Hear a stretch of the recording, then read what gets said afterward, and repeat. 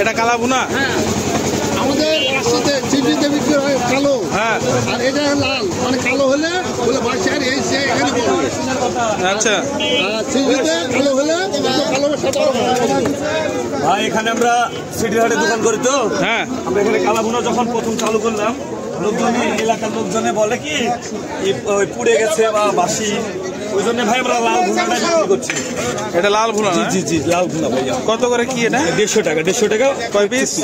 5 piece, ভাত 2 plate পর্যন্ত খেতে পারে কাস্টমারে। বাসা রাজশাহীতে, এখানে ভাই দোকান করছি আমি 3 মাস হলো। 3 মাসের ভিতরে আমার দোকানে বেচা কেনা শুরু হলো। আচ্ছা ভাই দিন, ভাত দিন।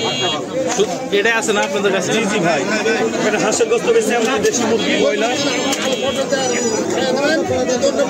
ভাই দিন, ভাই দিন। 4 বাজারে এই প্রথমে 4 পিস, পরে ভাত নিলে 1 পিস। আচ্ছা, বাজারে আমরা এটা কি ভাতের সাথে আপনার প্যাকেজ টাইপের? মানে ভাত সহ 150। এক বাটি কালা ভুনা করেছিলাম ভাই। হ্যাঁ, সকালে করেছিলাম 1 বাটি, শেষ হওয়ার পরে কালা ভুনা করতে তো সময় লাগে ভাই। হ্যাঁ, অনেক টাইম লাগে। আর এই হাটটা খুব অল্প সময়ের হাট। কালা ভুনা করানোর পরিবেশ পাইনি ভাই, আস্তে আস্তে কালা ভুনা চাচ্ছে মানুষ বা বিক্রি হচ্ছে।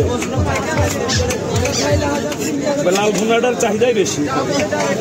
এছাড়া অতটা জনপ্রিয় না কালা ভুনাটা। কালা ভুনাটা বিশেষ করে এখানে রাজশাহীর হানিফ ভাই হোটেল করছিলেন। হ্যাঁ হ্যাঁ, হানিফ, তারপরে রিপন মামা, হানিফ এরা হোটেল করেছিলেন। এরা নোহাটা রাজশাহী বিখ্যাত। এরা এখানে এসে ভাই টিকতে পারেনি ভাই। কালা ভুনা এখানেও দোকান করছিলেন ওরা? এখানেও দোকান করছিল তারা। আচ্ছা আচ্ছা। এখানে আসার পরে এলাকার লোকজন ভাই কালা ভুনায় আগ্রহী না। লোকজনে মন্তব্য করে কি এগুলো বাসি গোশ।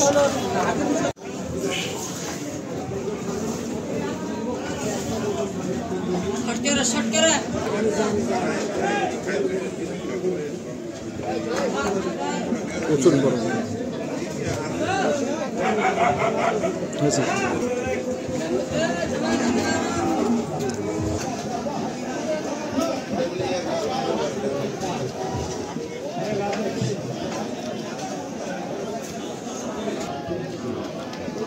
Thank you.